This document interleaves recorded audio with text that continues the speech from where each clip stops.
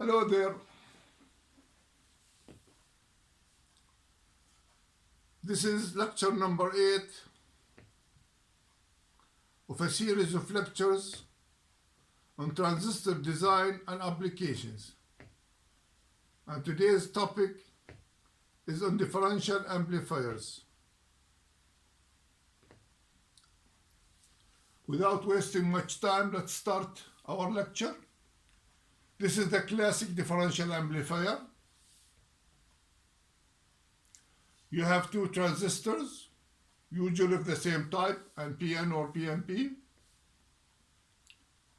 You have your RCs. You have your REs. And you have a resistor that goes from the meters all the way to the minus VEE. And here, this is a practical differential amplifier. And as we see in here, you have your 15 volt VCC. You have minus 15 volt VEE. You have an R1 of 75 kilo ohms. And you have your Q1 and Q2 of an NPN type.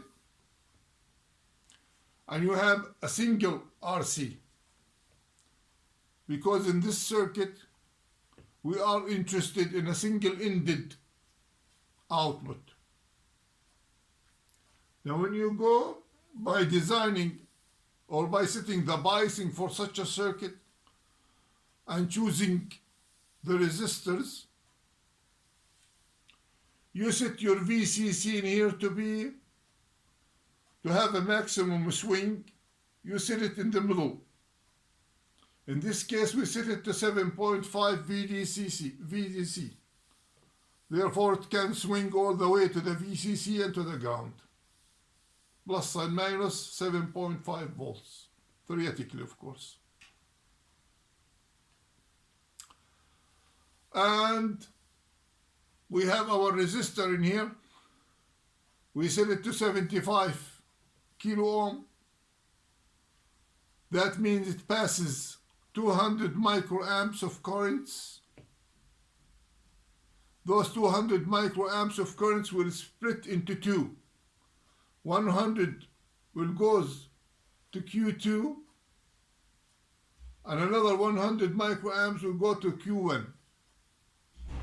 And as we all know, IE is roughly equals to IC, which means you have another around 100 microamps going through the 75K up there, and that's set it to 7.5 volts. That's VC. If you want to look at it accurately, you have 1 microamp, considering HFE or beta to be around 100, you got 1 microamps going through the base to the resistor on the base. Usually, those inputs are not directly connected to a VDC. Usually, you have an input resistor going to the ground from the base of Q2, another resistor, an equal resistor also on Q1. Maybe it's 10K, 47K, whatever. Usually it's not that high because you are operating near the ground. Usually it's around 10K maybe. So that means 1 micro going through that 10K, you got something like about that's a few millivolts, that's all.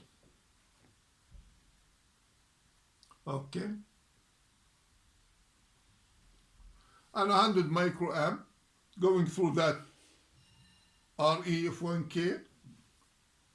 That gives you around 0.1 volts. And you got in here about 0.6 volts for this the VPE. And if you look at it, it's like a mirror. I mean, the left side, the right side to the left side. It's like a mirror. And actually a configuration like this, it balances itself by itself. I mean, if you are reasonably choosing your resistor, you can consider this point to be at the ground, which is almost equal to this point. you have all your VEE going through this resistor, the so-called R1 resistor, which supplies the current of both emitters. And you got whatever is left is up there for the RC and the VCE of the collector. So it's divided into three parts. Okay, this is the balance point, let's say. So in the ground, you have your VCC and you have your VEE. And it's automatically, it sits around that ground. This area sits automatically around the ground. Okay, now we discussed the DC biasing of such a circuit.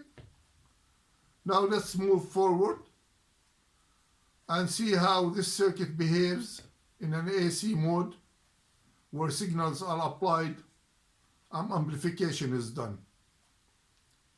And in here, we have to start talking about terminologies that have to do also with op amps. Knowing these terminologies at this point will help you a lot in understanding op amps and what happens inside op amps.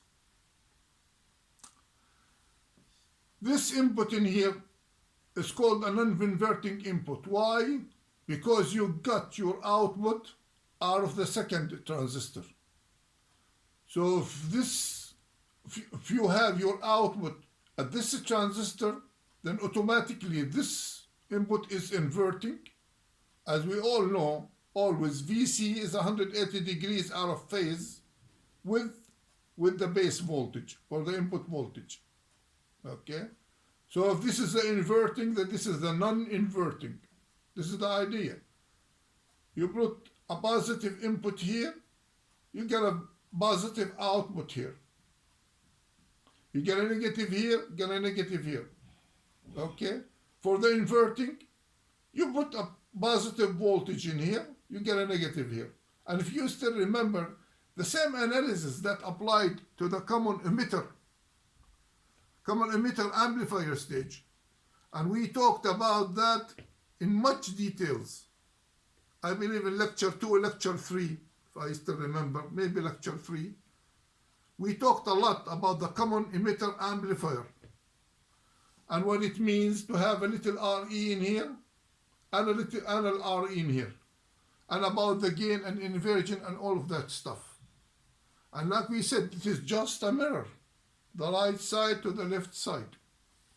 And instead of dealing with one transistor, one RE, and one little RE, now we are talking about two transistors with two emitter resistors and two little emitter resistors.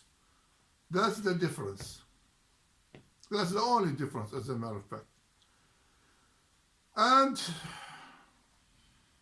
just by looking at it, I mean, if this input is connected to the ground by a resistor of 10K or 47K or whatever, and you are applying a positive peak input signal in here, what's going to happen?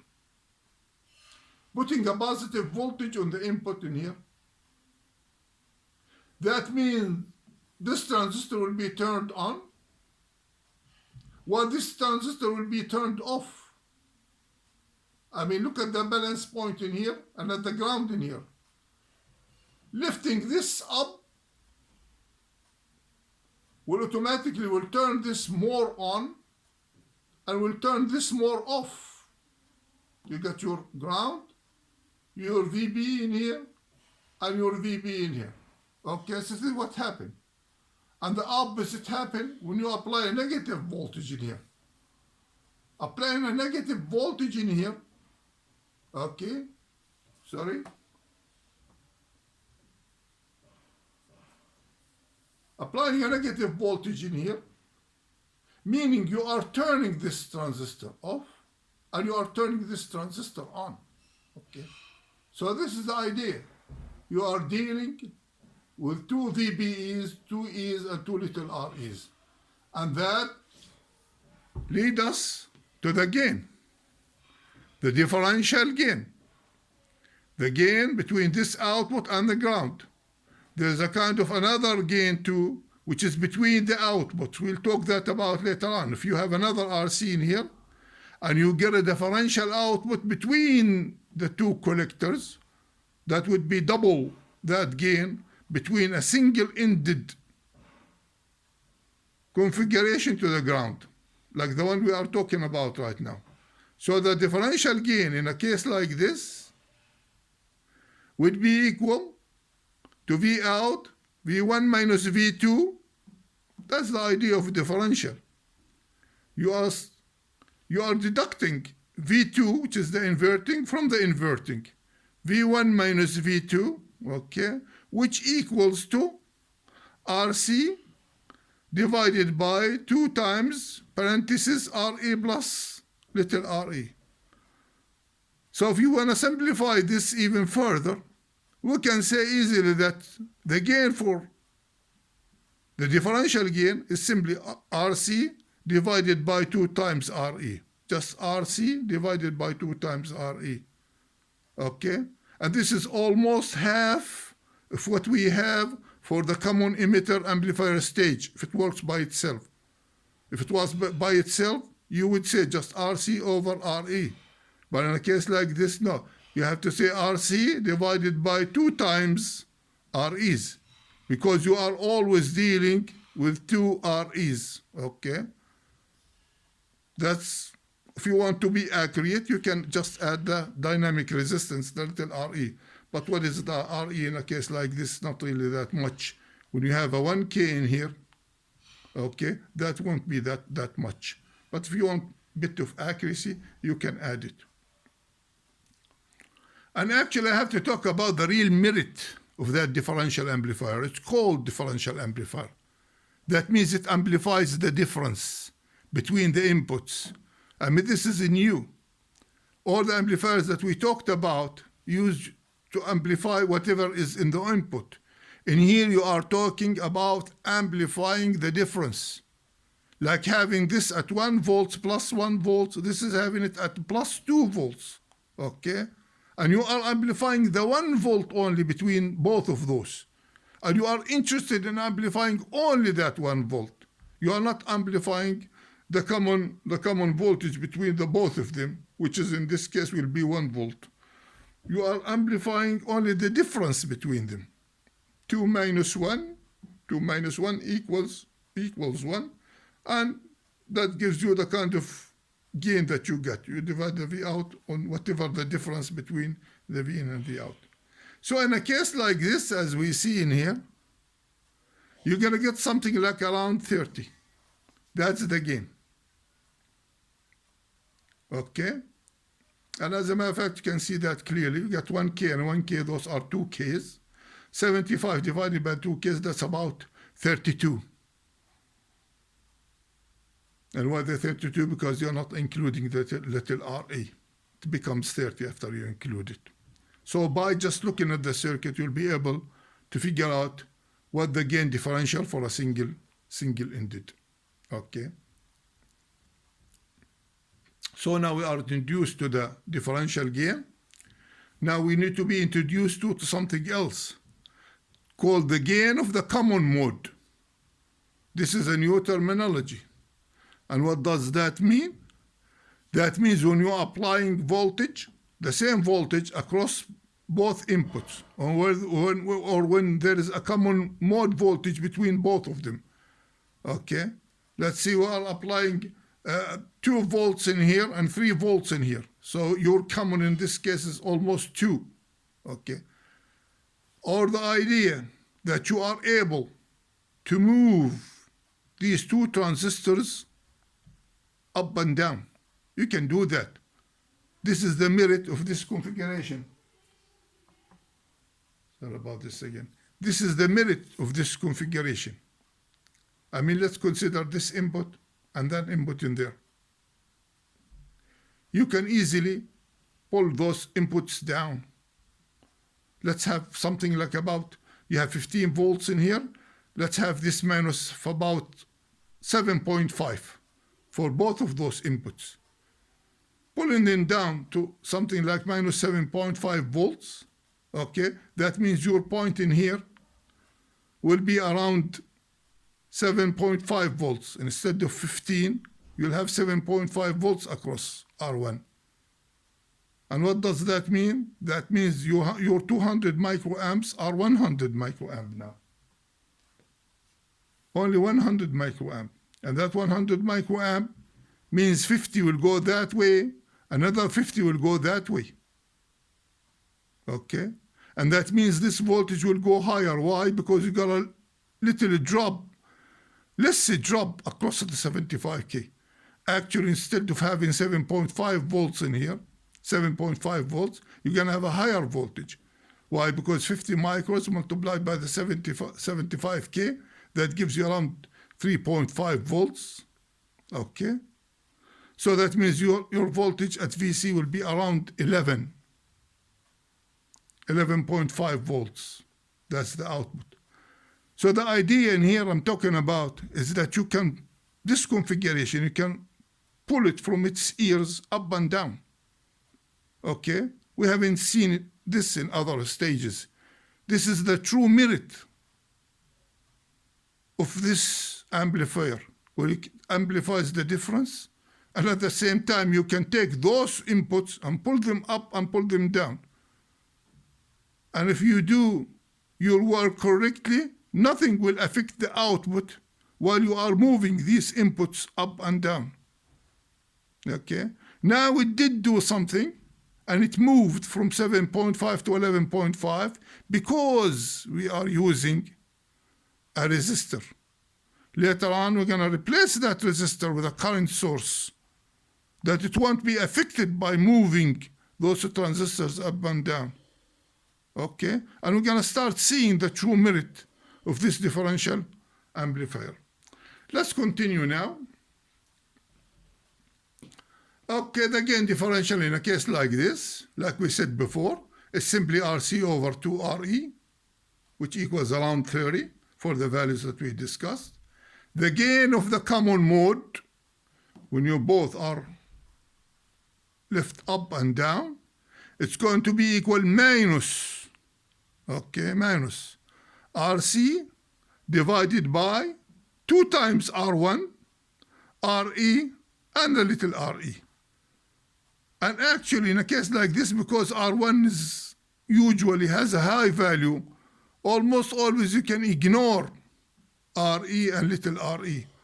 So actually, the gain of the common mode is nothing but RC over 2 times R1. You want to be close. And that equals nearly 0.5 in a case like this, which is, as we see in here, it's just the 75K, okay? Because you have doubled that current in here. Remember this, that's why you have 2 times R1. So you get your 75K divided by 2 times 75K, which is 150, and that equals around 0.5. Okay? So if you put in here 1 volt, in both of these inputs, 1 volt up, you expect this to move by about 0.5.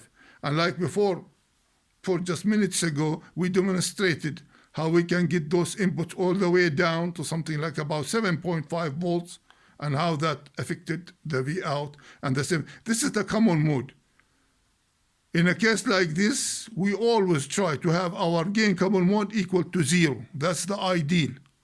We are trying to get our gain differential to be infinity, as high as we can, so we can sniff the difference between the inputs and amplify it. And the common voltage to ignore it and not to affect our calculations or our circuit, our work. Okay? So this is the idea, what to do. And that, let's see how. Okay. Now we will be introduced also to the common mode rejection ratio. And we're going to see that clearly later on, maybe in our lectures on op-amps, on operational amplifiers, we'll clarify all these terminologies and how they are calculated. You have a common mode rejection and you have a common mode rejection ratio. So you mean there is a difference between those two. This is won't be shown clearly here. We concentrate now on a common mode rejection ratio. And the common mode rejection ratio always equal the gain, the differential gain, divided by the gain of the common mode. Okay. Now if we divided our gain, the differential gain, RC over 2 RE, and divided over the gain, sorry again, shouldn't be talking much before paying attention to my computer. So the common mode rejection ratio, which equals to the gain of the differential divided by the common mode gain, which finally, after we put this two equations, okay, and do some cancellation of common terms, you're gonna come up with something that the common mode rejection ratio would simply equals to R1 divided by RE plus little re. Okay. So in case you want your common mode rejection ratio to be high, which is you always want to do that, you have to increase your R1, okay, and decrease a little bit your RE. And we know that decrease in RE will always increase the gain of the differential. And in here we say that statement that RE plus little re always will be much less than R1. And our common mode rejection ratio in a case like this, like we said, it would be equal R1 over RE, and it's 75K divided by the 1K. And if you include the little RE in here, you get something like around 60. You don't include it, will be around 75. Okay. So this is the common mode rejection ratio. Now let's talk about the input resistance of a circuit like this. You see it's almost similar, or the double of whatever you used to have for the common mode emitter amplifier.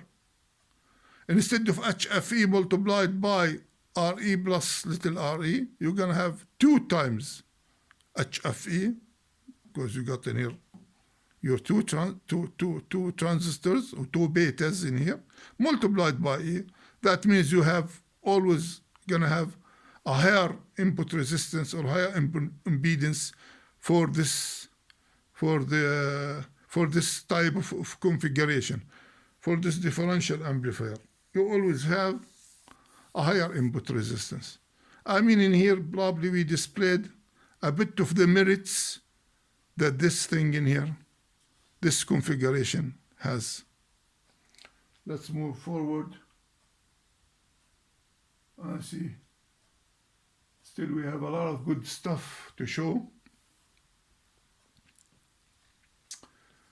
And here it says the Q point moves with changing V common mode. In figure 2.6, use current source instead of R1 to fix the Q point for the, yes.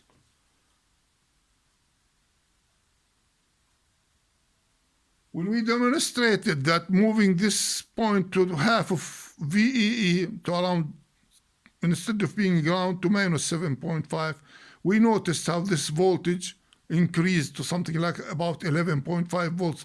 So this moved from 7.5 to 11.5 when we move this point down to the half of the voltage, which is around 7.5 volts, okay?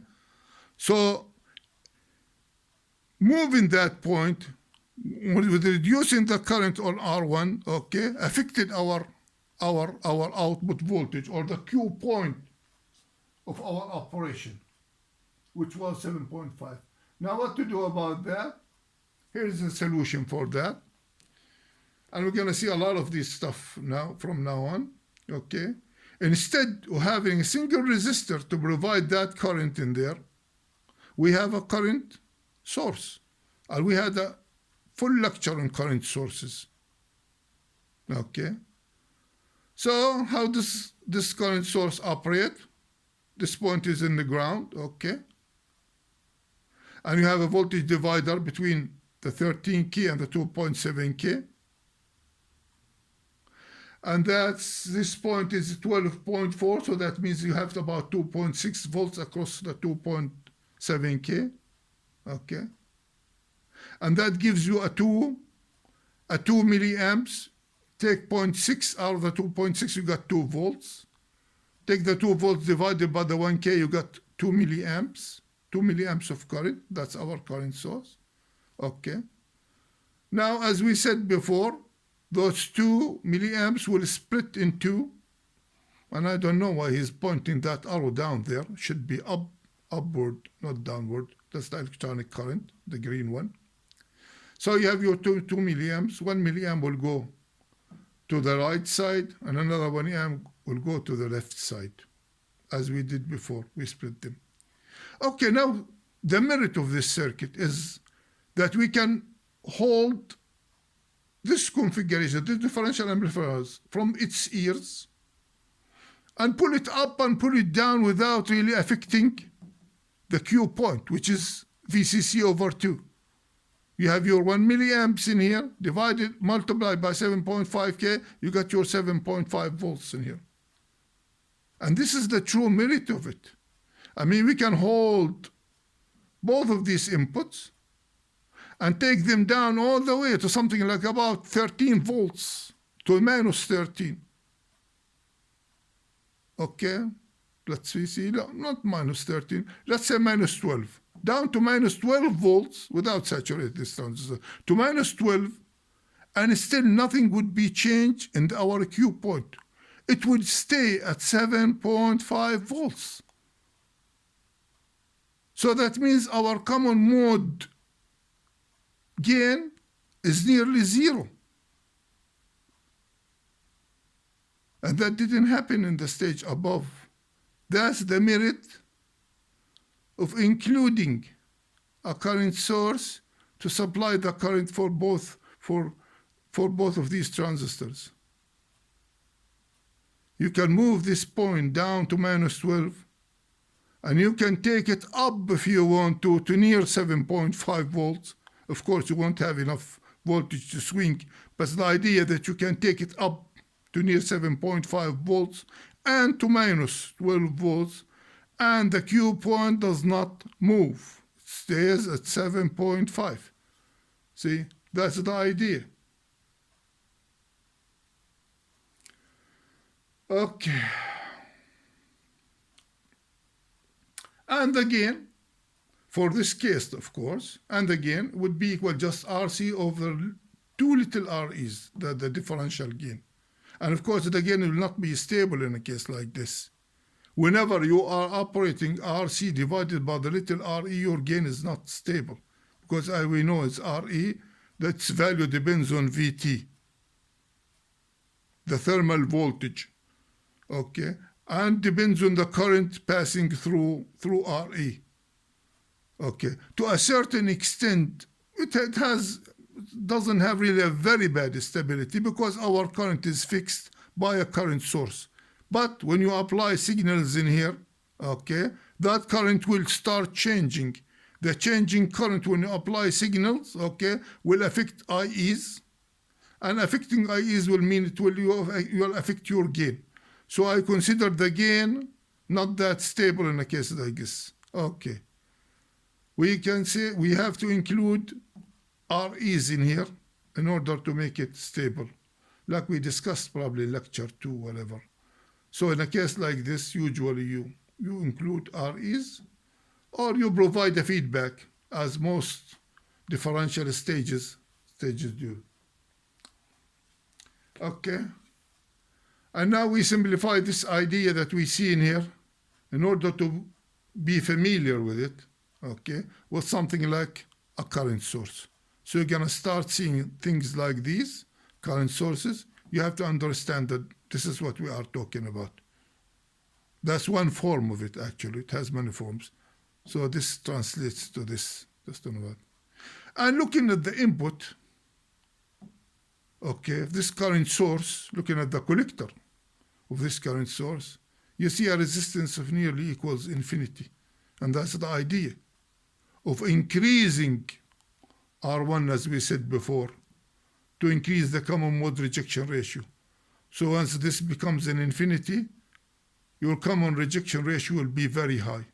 And therefore, you'll be able to amplify the difference and only the difference, and not the common mode. So now I believe you start seeing the merits of this magical configuration. I mean, this is the very, very basic building block of most op-amps. And you start seeing the merits of it. And later on, when we start dealing with op-amps, you will see how they design input stages that can deal with signals up to the VCC and down to the minus VEE. Really, it's magic when you are able to deal with signals around the positive rail and the negative rail. We'll see that later on. Okay. So this is the configuration, the new configurations that you'll see. And don't ever make a mistake with considering this as a positive or a negative. No, this is a non-inverting and an inverting. Okay. A lot, they just get confused with that. They think this is for a positive input or this is for a negative input, which is not the case. This is non-inverting and inverting. And what decides the inverting from non-inverting is VO, where you get your VO from. If you get your VO from here, you have to switch the terminologies. Okay. For a case like this, of course, our gain will be stable because you got your REs, and those little REs are not in control anymore of the gain. And let's see what else we have.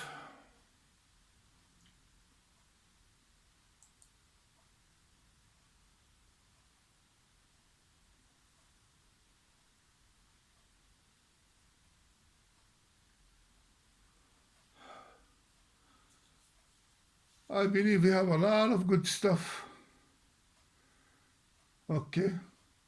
Maybe next lecture we'll start talking about these new figures. I mean, this is beautiful. You have your active current mirror as a load, and you have your current source in here, as we already discussed, to supply the current for both of these transistors. I mean, this is becoming an ideal differential amplifier stage, where you have a very, very high differential gain and a very low common mode gain, and this is becoming more real and more like it's applied inside an integrated circuit op-amps. Okay, I believe we have to stop at this point, and we'll be discussing these nice and beautiful figures in our next lecture. I hope that was useful, and thank you all for watching, and thanks for your support. If any is not subscribed yet, please, a little encouragement is appreciated. Subscribe, and see you in my next lecture, and thank you for watching, and have a nice day.